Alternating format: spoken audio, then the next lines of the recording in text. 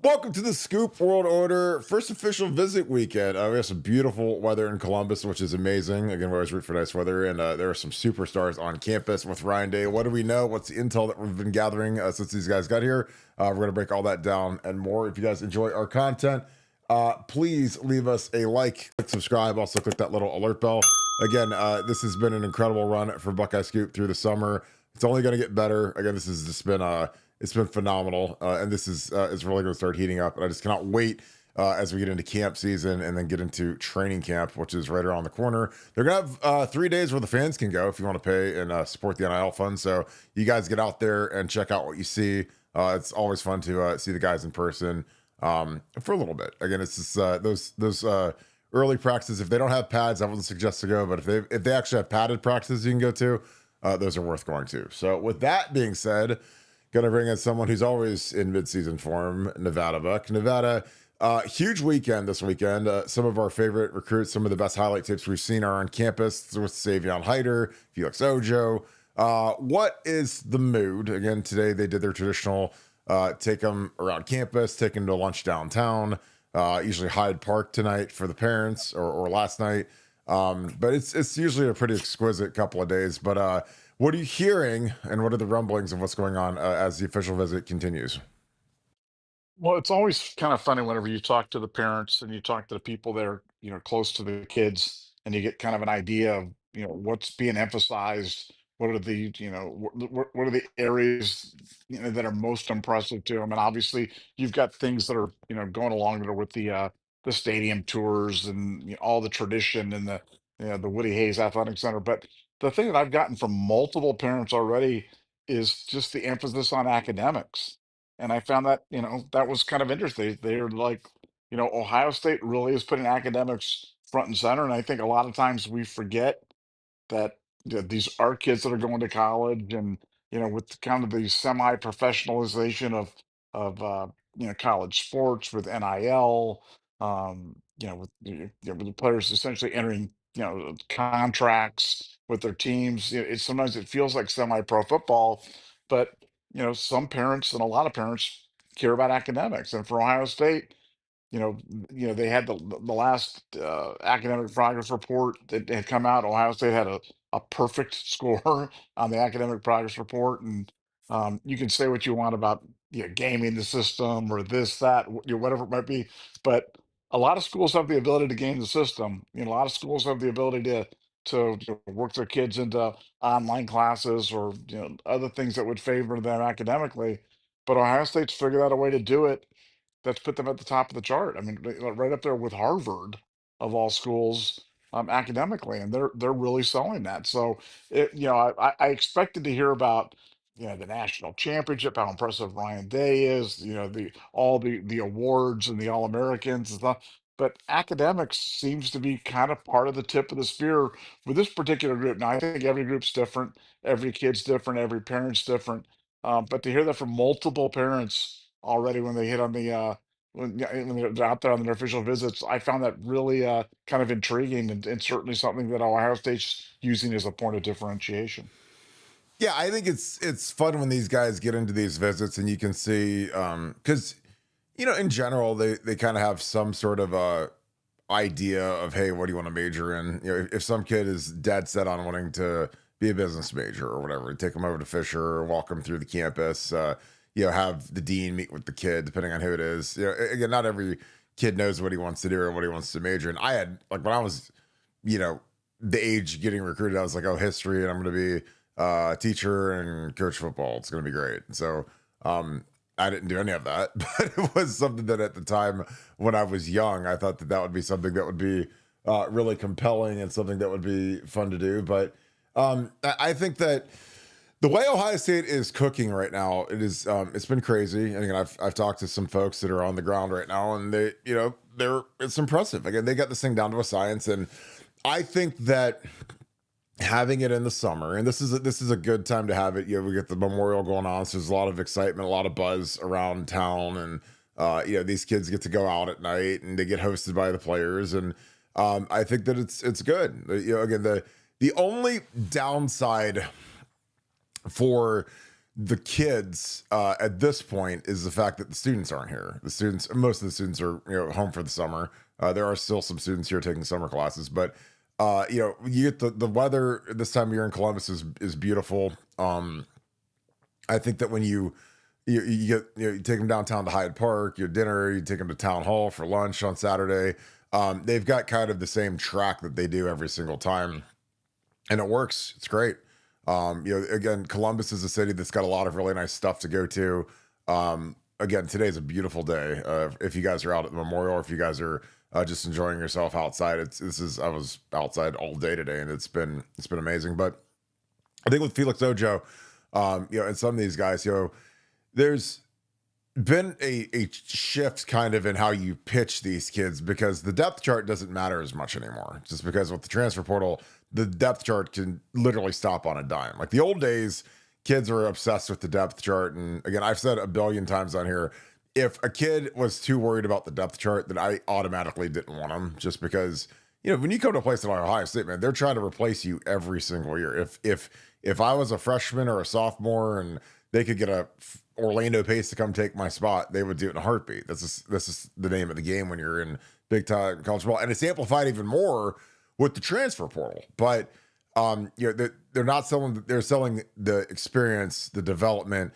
I mean, our NFL success is unparalleled at this point, especially since Ryan Day took over, and we got Justin Fields just got a $40 million a year contract, and you look at the proliferation of CJ Stroud's next contract is going to be gargantuan. That was the one thing that we didn't have is we didn't have the star quarterback in the league. And now we've got two of them. We got a guy starting for the Jets, a guy starting for the Texans. And I think Will Howard is a dark horse. I'm not saying he's going to start for the Steelers this year, but I'm not convinced that Will Howard can't be a good player in the NFL. So you've got guys that are getting here for a year, and they head to the league, and it's incredible, and the thing, like for Felix Ojo, it's the same thing I said with all these tackles. I'm like, look, who's putting tackles into the league like we are right now? I mean, Paris Johnson, DeJuan Jones is going to be the starting left tackle for the Cleveland Browns. He should have been a first round pick.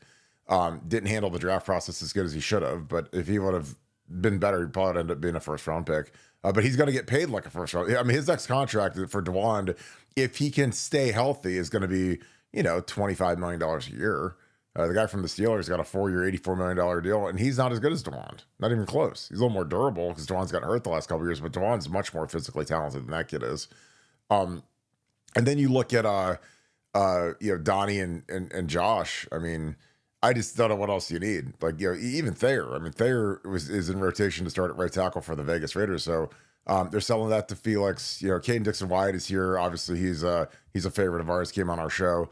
And these kids have a good time. And the thing that proliferates the excellence of Ohio State is the kids are such great kids that are here. A lot of these kids like James Peoples and the Armstrong twins, and those kids are great at hosting and taking these kids around, and they're super friendly. They're just good kids. So I mean, that wasn't always the case, and it's not the case at a lot of schools, but when these parents, they go off, there's always a point in the night where the parents go one way with the coaches and the kids go one way with the current players, and they kind of take them out on the town and do whatever.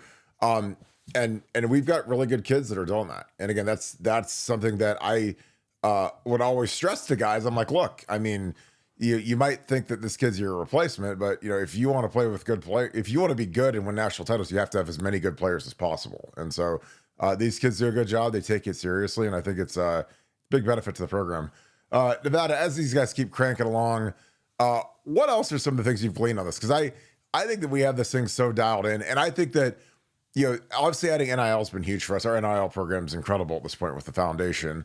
But then on top of that, like the summer official visits are huge for Ohio State because I think it's a time where you're more relaxed. The kids can get up here. It's super easy. And the weather is frankly, as good as you can get because it was beautiful out today. But what are your thoughts on some of the other things that they do well on these official visits? Well, I mean, like you said, they've got this down to a science. And, I think for Ohio State, it's a lot of little things that you talked about how it's great that they've got these great kids that can be ambassadors for the program, can be, tour guides when they're out here. And, they're really good at the recruiting thing because they're such good kids. And I think, it goes back to my first point about the academics. I think that kids and parents and families that are concerned about academics, in addition to obviously superior football, um, tend to be higher quality, higher character kids and families, and which attracts more higher quality kids and families. So I think it's just all part of a kind of an avalanche of things that you are what you emphasize, and we always talk about you are what you put up with, and on a team or in a business or whatever it might be. And for Ohio State, they've chosen to be the super high character, spiritual, academically oriented, um, excellent football team. Any of those first things would be great, but if you don't have the excellence on the field, obviously that's not a winning formula. But when you add them all together, you're attracting a particular type of kid, and more importantly, you're not attracting a particular type of kid. So for Ohio State, I think they're doing a really good job of weeding these kids out during the recruiting process, and certainly by the time they get to the official visits, you know, it's impressive. I mean, for you who's been in the Woody Hayes Athletic Center a million times, yeah, it's not that big of a deal. But for civilians or for people that have never been in there before, or whatever's to walk through it, people pay money to have tours of that, just to walk by all the trophies and all the lists of the All Americans, and yeah, I mean, it's amazingly impressive there from a athletic development standpoint. Um, but when you combine that with the performance on the field and the numerous NFL draft choices and the history of Ohio State and the multiple national championships and the national brand, and then the stadium. I mean, the stadium is kind of a modern coliseum, and kind of iconic place for people to go to. It's not just your typical. So the history of the stadium, whether it's in the summer or winter, whenever it is, you could just feel it. You could feel that this is the place that's been around for a long time, that's seen a lot of great moments. And, obviously, there's nothing better than having the stadium rocking, um, on a fall afternoon or evening or whatever it might be, and having people in there and in the stadium. But during the summer, you can still feel it. You can still feel the ghosts and the memories of what's going on there before. So, no, it's a great package that Ohio State's got it. But I think now that they've been able to kind of trumpet their academic excellence on top of everything else, I think that they've really been able to differentiate themselves. And I think it's really something that's going to help them, because this particular group of kids, a lot of academically oriented parents, a lot of people that care about those kids getting degrees, and Ohio State's appealing to them.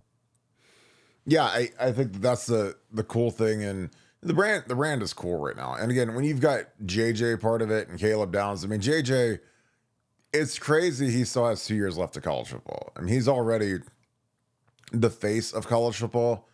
Um, he's the biggest star in the game, and I think frankly he's one of the biggest, star athletes in the world at this point, because he's gonna. I mean, every game is going to be the JJ show, and he's on the cover of the video game as a sophomore, which is crazy. And I think he's the kind of kid that when these kids meet him, it's kind of like meeting like LeBron when he was in high school, or you just know that this guy's the one. So you've got that cachet and the star power, and frankly, you can see how a lot of these guys are living. A lot of these kids, when you're a young kid and you're trying to figure out where you're going, and you see these kids, and they live a really nice life, nice posh life at this point, which is amazing. It's awesome for them. But JJ and the proliferation of the brand and the growth of the brand, and I think it's great. They always do. Just to kind of take you guys inside of an official visit. Usually Friday, everybody gets in at different times, and you go to the Woody and you meet with your coach and meet with Ryan Day, and kind of start the presentations and the tours, and Friday night, nice dinner, usually Hyde Park downtown on the Cap, or somewhere like that. They might switch it up sometimes. They used to take him to, I think, Urban Steakhouse back when it was a thing, and that's gone now. But then Saturday, it's the full tour campus, and take him on the golf cart and drive him around, and take him, to town hall. They love to go to town hall for lunch, because town hall's amazing if you guys haven't been there. Is a friend of the Scoop, great supporter of our podcast. Um, and then they they go off into the night. But you know, we used to do a stadium presentation. I remember where they would you'd have Steve Snap, who was our SID at the time, and he would talk about how they were going to promote you as a brand and as a kid. And again, Steve famously made the pancake magnet, which again, when you're trying to be when you're trying to think outside the box of how to promote somebody, um, Steve was a genius, and he for Orlando Pace when he was coming into his third year and he was the best player in the country, they had to figure out a way to promote him for the Heisman, and so Steve Snap had little pancake magnets made, and he shipped them to every Heisman voter, before the season. So again, that seems corny or tacky or dumb or whatever, but it was genius because if you just send like a postcard, people just throw it in the trash and read it, throw it in the trash. But you give like a little funny magnet of a pancake that says Pace on it, then it's something they might hang on to. They might even put it on their fridge and see it every day. So they always kind of show the creativity of how they build the brand. And, there's a lot of different stuff now with NIL because they want to talk about how this is your brand and this is how we're going to promote you. And these are the opportunities and these are the companies that are moving to Columbus. And it's one of the best cities, fastest growing, the rankings. So it's, it's always cool to see. And honestly, Columbus has gotten much better in the last 25 years. So it's incredibly nice. Downtown's great.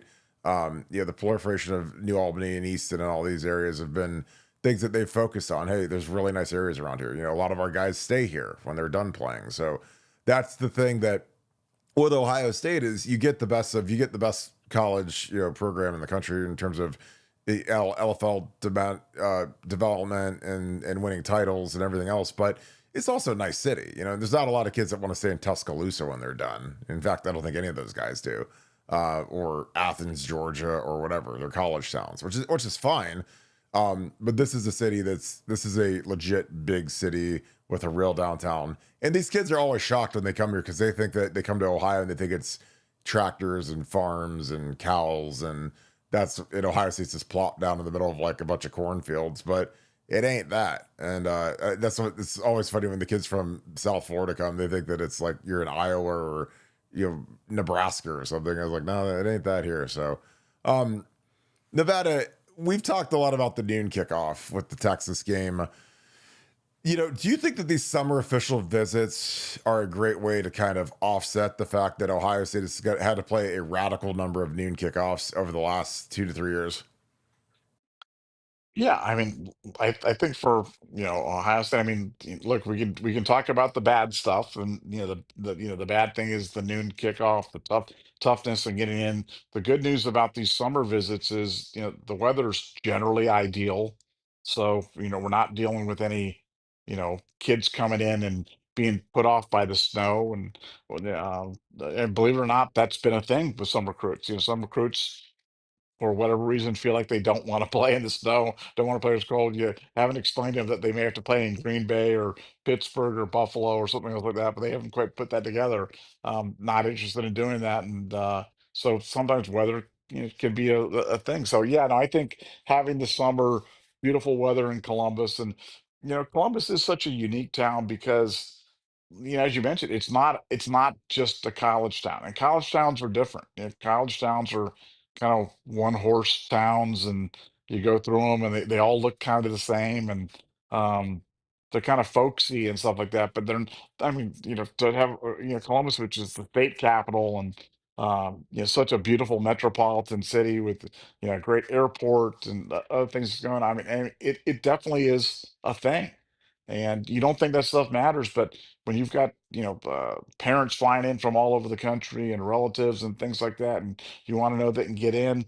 Columbus is a great city, from a transportation side, to be able to get into as well. So I think there's a lot of things that are, there's a lot of reasons why Ohio State has been so good at the recruiting game, and some of it is things that they've perfected, but some of it is stuff that's out of their control, and just it happens to be good. The fact that they're in such a great city, they're in such a great state, that they've got a state with such great tradition of high school football, and the fact that their game day experience is so outstanding. It's really a shame that they have to play as many noon games as they do, because I don't think it's putting their best foot forward.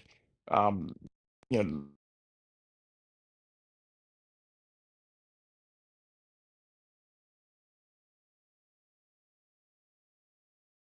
I think Nevada accidentally muted himself. He'll get it back in here. But yeah, I think that you make a great point about the transportation, because I always tell these parents, I'm like, look, you're going to be coming here a lot. You ought to make sure you can get in, get out, good flights. Columbus is a great airport. It's getting a huge expansion, which I think is big for some of these folks that haven't been here before. Hang on, I got to get him back in here. We got Nevada back. Nevada, you were saying. Yeah, no, I just think that, for Ohio State, um, I mean, look, night games are best. They're best. I think they're best for the recruits. They're best for the parents. They're best for the team. I think from a obviously the games, you've there's nothing quite like a night game. Anybody who's been to night games at Ohio State can just tell you that they're just different. But the reality is, at any time of noon, afternoon, 5 o'clock, whatever it is, Ohio State's impressive. It's an impressive place, and for Ohio State, I actually like the fact that they get these official visits over in the summer, because the weekends where the games are hectic, and Ryan Day's got game preparation, and for that Texas game, look, he's there's going to be an incredible amount of distractions going on already. So the last thing you need is another 20 recruits in, that every one of them is looking for you to give them undivided attention while you're trying to play the game, and then heaven forbid you lose the game. Heaven forbid you lose the game, and then that Sunday breakfast isn't quite as raucous, after you've come off a loss. And you didn't experience that much in your college career, Kirk. You didn't lose many games, but you know what I'm talking about. The Sunday after a loss is no picnic, and the last thing you want to be doing is shepherding the kid around and trying to go out and put on a brave face and smile when you lost one in the horseshoe the day before. It's literally the worst thing in the entire world. Like losing that night game, big game. We did that against Texas in '05, and yeah, it was like a morgue, Now, again, we still thought we had a shot if we ran the table to get in. Back then, when it was just you had to basically be in the top two, which is where USC and Texas were. I mean, honestly, if we ran the table, we still wouldn't have got in over either of those two, because they both were undefeated when they played each other for the title. But yeah, it's tough, because the kids are down, and it's a deal where I told you I hosted Jeff Byers, and Jeff Byers was the number one player in the country in 2003. He was a center. He was from Colorado. His film was incredible. I was his host, and we played Washington in a night game. It was the first game I ever played in the Horseshoe. And that was interesting, because we kind of hung out on Friday. It was easy for me because I wasn't playing in the game. I thought I was playing in the game, because that week Jim Tressel literally said at the press conference, Kirk Barton has to be ready to play in the game. And I was like, well, hell, nobody told me. I thought I was redshirting, but I had a great training camp, my first camp at Ohio State, and they named me the backup left tackle. So I'm sitting there, having an anxiety attack every time I'm watching Rob Sims out there at left tackle, hoping he doesn't get his ankle rolled. And then also they're throwing me out there, in Sunday or Saturday Night Football. But after the game, I took Jeff out a little bit, and we, hit some house parties and whatever. And it was fun. But, the night games they're so great to be at. Like I said, the atmosphere is always crazy. The big noon thing kills me with some of our recruiting stuff, but I think that, this is a good way to circumvent it, is to tell these kids come in the summer. And frankly, I think for the coaches, this is tough, because it does eat up your time that you used to have, away from the Woody and away from your family. But I think in the long run, this is a more productive time for Ohio State to have these visits, because I would have hated going to a game official visit. I never did it. I only took one official visit. It was to Ohio State. It was the week after the Michigan game. So the coaches were undefeated. They were in a great mood. They couldn't lose. I remember I was sitting with Jim Tressel in his office when I think Miami was playing. I don't know if they were playing UCLA or Washington or somebody. It was one of those teams, and the Hurricanes won, and he literally, the game hit all zeros when I was sitting there in his office with my mom. He's like, well, it looks like we're going to be wearing white in the championship game. I was like, damn, I guess you're right. That's pretty cool. But like I said, I think that this has been good. There's been a lot of things that have changed in the last 10 years that have been really beneficial for Ohio State recruiting wise. And I also been huge for Ohio State. That's a big edge for us. The summer official visits, I think, is something that's something people don't talk enough about. Where these kids get to come up here, see Columbus in the summer. It's beautiful. It's not snowing. It's not raining. It's not crappy. Well, it rained the last couple of days, but you guys get the picture. Like the summer is a good time to be up here. So. All right, Nevada. We've got some UFC stuff that we have to get to. Does Dogson Poppy have any good news for us? Yeah, he's got a looking for a bet on Nascimento. I'm not Okay. sure if he's put that out on his Twitter yet, but that's going to be one of his plays tonight. Is Nascimento? I think he's like around minus 150, and the other one is to live bet Billy Goff, because the other guy Okay. apparently was a notorious gasser. Goff builds into the fights, and so maybe wait for the end of the first round. Maybe the other guys win in whatever it would be. You get some juicy odds, but then live bet Billy Goff. So those are the your two picks for the UFC card for this evening, and free of charge. And this Free. what an amazing show! It's free, and these are free picks. So there you go. I absolutely love it. All right. As always, we appreciate you guys being a part of our show. Hope you guys are having a good Saturday, and I hope you guys have a great night. Again, this is it's an amazing show. I'm so thankful for you guys. Also thankful for Beth and Karis along with Steele. You guys are newly minted moderators for the show, so we have a lot of firepower, and we appreciate you guys being on here every night, keeping it nice and clean as it needs to be. So kill the trolls. Again, a great way that you guys can help me kill the trolls is if you get on Apple Podcasts and subscribe to our show and leave us a 5-star review, because we have trolls on there that leave us 1-star reviews because that's what they like to do. So I appreciate you guys so much that subscribe to us on Spotify, YouTube, and Apple Podcasts. We're growing all these platforms. We're racing to 40,000 subs, and it's going to be our anniversary. June 4th was the first day of BuckeyeScoop.com. So we'll have a great anniversary show. Super excited about that. So with that being said, thank you so much, Buckeye Nation. Thank you, Scoop family. We will talk to you guys tomorrow. I hope you guys have a great rest of your night. Go Bucks.